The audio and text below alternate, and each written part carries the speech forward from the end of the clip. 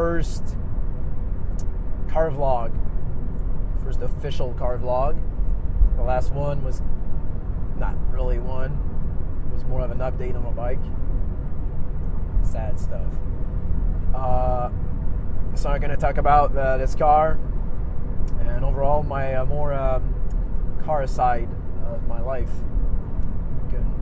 So you and I can know each other better.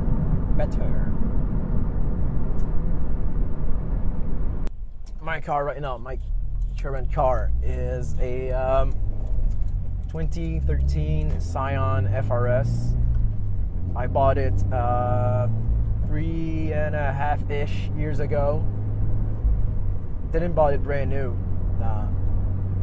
I was waiting for an opportunity to find one because back then I had another car that I needed to sell to get the money to buy this, and you know how it works. You know how the car addiction works. And when my other car that I'm gonna talk about later, was in the final procedure of being sold, I began shopping for an FRS. I knew I wanted an FRS. It was like, it's a car that I've waited for a long time, and I liked the mentality behind it. So I was shopping for one, and it was actually one that I really, really wanted bad.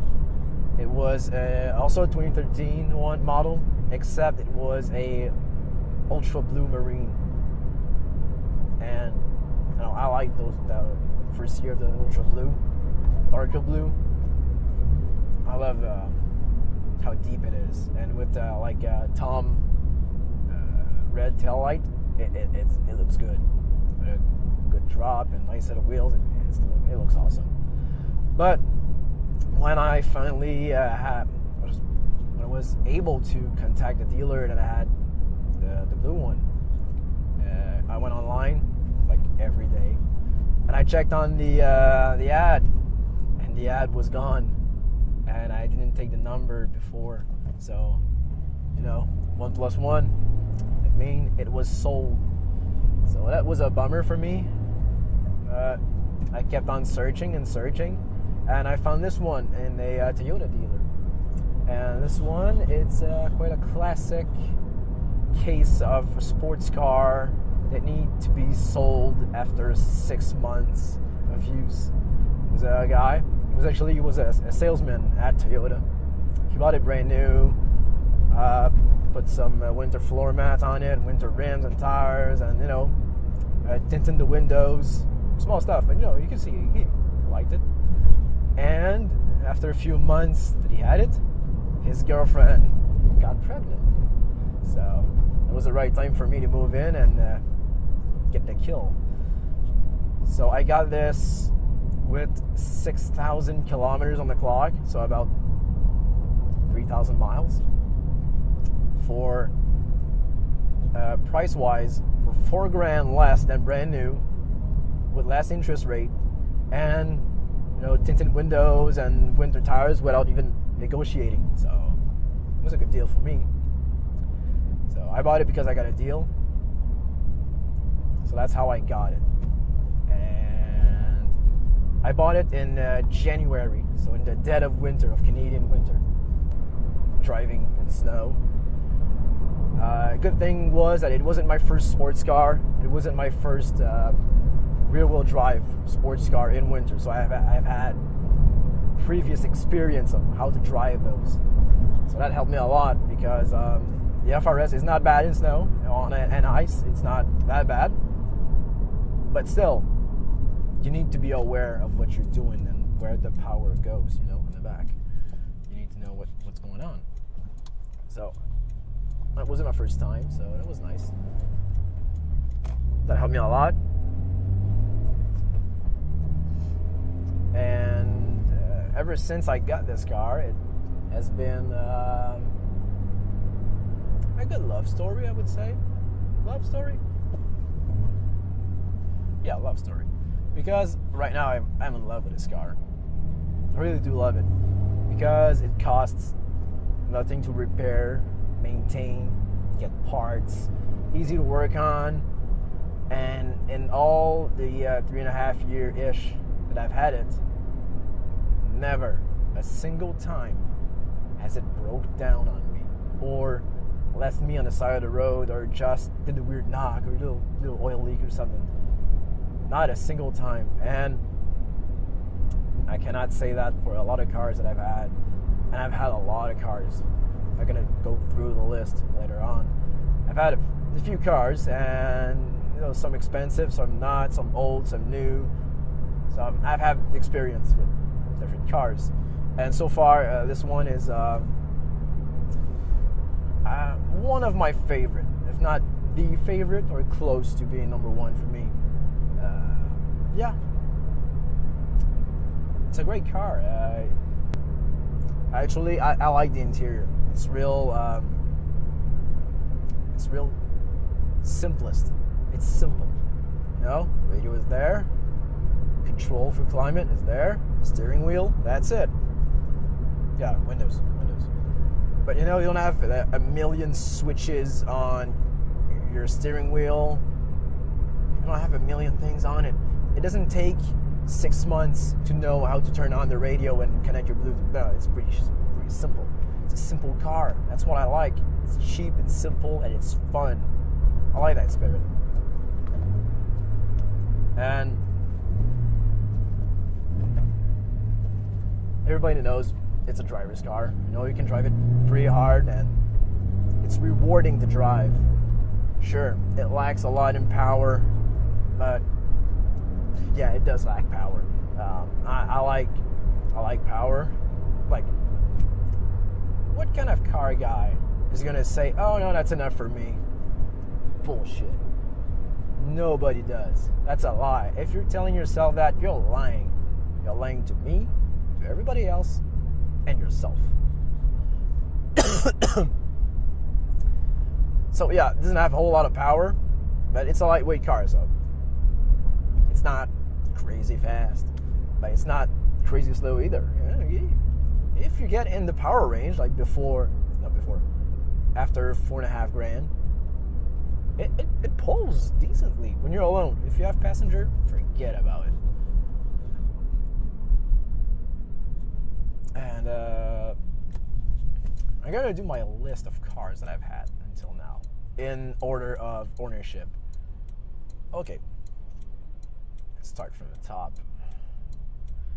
First one was the 99 Hyundai Accent GSI. It was purple, and it had the big yellow fog light in the front bumper. It was real trendy back then, and it was funny.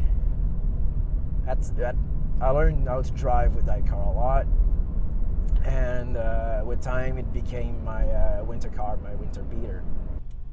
It wasn't actually my car. It was like more my father, like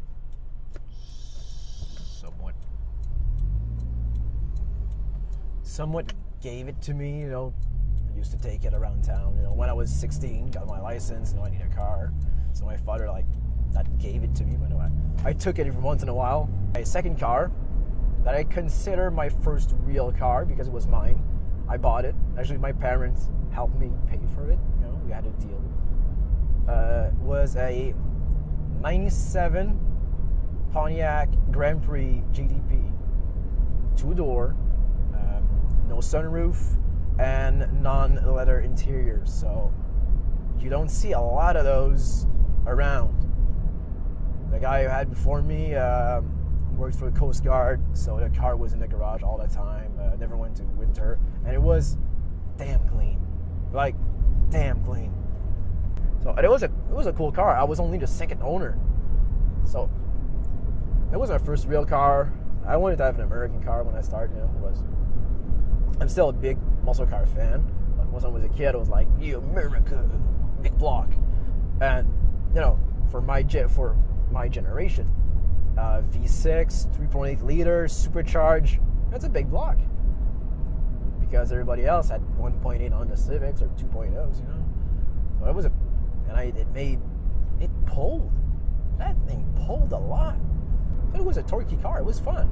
I had a lot of torque steer, but I liked it. So that was my first car. My second car was another winter beater. It was another winter car because I sold a Hyundai and didn't like it a lot because I didn't know how to drive a stick. So I decided, at 18, I as a car guy, I need to know how to drive stick because only pussies drive automatic. That would, I'm gonna say that was a mentality back then for a car guy, but it still pretty much is. But nowadays, automatic is so popular and fast and advanced and performant. It has changed, but there's some people like me who are more hardcore and love a stick. I don't judge on it. You do what you want. If you love your car, that's good. That's all I care about. Yeah. So first, my third car was to learn how to drive stick. It was a 98 Dodge Neon EX, so double overhead cam. That car had so many problems, and it was a turd. It was a POS, in every sense of the word. I got it for $900, so I wanted to have it for one winter to learn how to drive stick and sell it for $500 a year later. That's pretty much what I did. Oh yeah, we're getting to the good one. The fourth car was another winter beater. So during all that time, I have my Grand-Prix for summer. The fourth car was close, if not my favorite car I ever had. For the next car, winter beater, I wanted to have something that was weird, wacky, that you didn't see every day. At first, I wanted to find a Dodge Shadow Turbo because I love those small cars. They're cool and good motors. And they're surprisingly good. And I never had a turbo car. I had a supercharge in my Grand-Prix, but not a turbo. And I wanted to drive the difference. And I didn't find any Shadows, so I was looking for like early '80s small turbo Mopars, like the Omni GLHS. And I found a 1985 Dodge Charger Shelby. Yep, that's a thing that exists. And I got it for $1,500, and it was by far the best $1,500 I ever spent. The car had 88,000 miles. It was a miles car. It was an American car. 88,000 miles. The engine was running so smooth. Timing was perfect. The turbo was great. And mechanically wise, it was in perfect condition. And the interior was close to perfect because the headliner was saggy. That's no big deal. And the shift knob, the original shift knob for the Shelbys, had a Carroll Shelby signature on it, and the cap was gone. But that was it. Except that, everything was spot on. Why was $1,500? The exterior, rust, and there wasn't a single panel that wasn't dented on this car. And that made it fun because I didn't care. I was just having the time of my life with that car. Because I was 19, I was working in the garage. I was working at Dodge, actually, as a mechanic. So I had access to parts and lift. And what I've loved about that car was it was a 2.2 turbo 1 engine. So no intercooler, small turbo. Didn't make a whole lot of power, but it made power everywhere and no boost lag. And it was really lightweight, even lighter than this, way lighter. And the pedals were good to learn how to heel toe downshift. That's what I did. I did learn. That's the car that made me learn how to drive fast in corners because it was lightweight, low on power, and momentum. It was a momentum car, and it had so much grip for small cars. A small car with small tires, like 205 at each corner. But it was good. And I've had it for about a year and a half, that one. And when I did some research on it with my VIN, I was super surprised to find out I had a very rare edition with a, I believe the code name was T55 transmission instead of T45 or one way around. Basically, I had a short gear car like a race, almost race-ish. You had the long gear one and the short gear one. I had the short gear because my speedometer went to 120 kilometers an hour top. But damn, it went to 120 in a flash. Oh, I missed that car. That is the car. Note this in your book. That is the car that I regret selling. I really do. To get my 5th car, I sold my Charger and my Grand-Prix.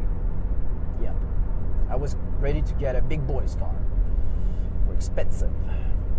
So I needed money, so I sold both. And I bought a 2010 Hyundai Genesis Coupe 3.8. I bought it brand new. I was 19. I bought it brand new at the dealership. I was I was the second Genesis Coupe 3.8 in my province, in Quebec, when I had it. It was exclusive back then. But that car was hell of expensive. And that car, I have had a love-hate relationship with it. I loved it because it was the perfect size. It wasn't a full-on sports car. It was a GT car. It was comfy. It had power, like 310 horsepower. I did put an exhaust on it. It sounded so good. It's too bad I don't have any videos of it or audio files of the sound it made. It was glorious. But the problem with that car, why I didn't kept it, was reliability issues. You have no clue how unreliable this car was. And I'm not a picky guy with stuff, and I'm not a guy that beats up his car a lot. I'm actually quite tender with them. And within 5,000 miles on it, the transmission was done. Anybody who has a Genesis Coupe knows the knock in 2nd and 5th gear. You know it. I was so much in the garage with that car that the dealer guys at the service area knew me by my name and my car. I got a lemon because the guys told me you're like the only one that coming back and with real serious issues, not things that are like the guy is picky. No, real issues. So that's why I got rid of it when the resale value was good enough that I could sell it and not lose money. When I sold it, what I've borrowed, I could have paid it with a sale. You know how it works. Car addiction. That's how it works. You count money in pennies a lot. After that one, what did I get after that one? Oh yeah. So I sold my Genesis like in April. So summer was coming up, and I didn't know what to buy. I had no clue what I wanted. I just wanted not my Hyundai anymore. So I've decided to buy a car that I've loved since I was a kid. So I bought a Fox body Mustang. My first V8 car, and not my only one. My first V8 car. I bought an 88 LX sedan on a fastback because it's lighter by 100 pounds, so faster. That's all it's about.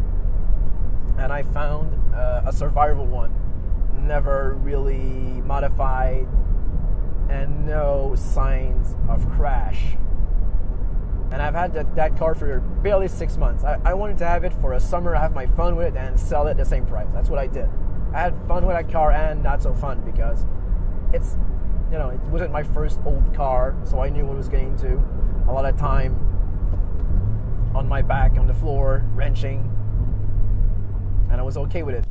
Oh yeah, I bought a 2008 Audi S4 because I wanted to have a 4-door car, 4-wheel drive, manual transmission, and a good engine.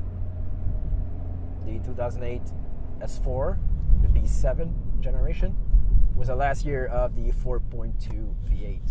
So that was a real score for me. I didn't get it for cheap though, because I got it from the dealership because it wasn't really mint condition. And it came with an extended warranty of 2 years. A good thing to have when you buy a used Audi. Believe moi. Here's the thing about buying a used Audi. They are high maintenance. I'm not gonna say the word, but you know what I mean. The Audi had by far the best stick. Like the shifter was not too long, not too short, not too stiff, not too gotta search for the gears. It was perfect. That's the one thing I miss about that car, and the sound of that 4.2 V8. Damn, it sounded good. Those are two things I miss about it. After the Audi, here we are, the FRS. So that's for my list of cars I've had in the past, upcoming to this. Now, I've been into cars for as long as I can remember. My father was a big Mopar guy.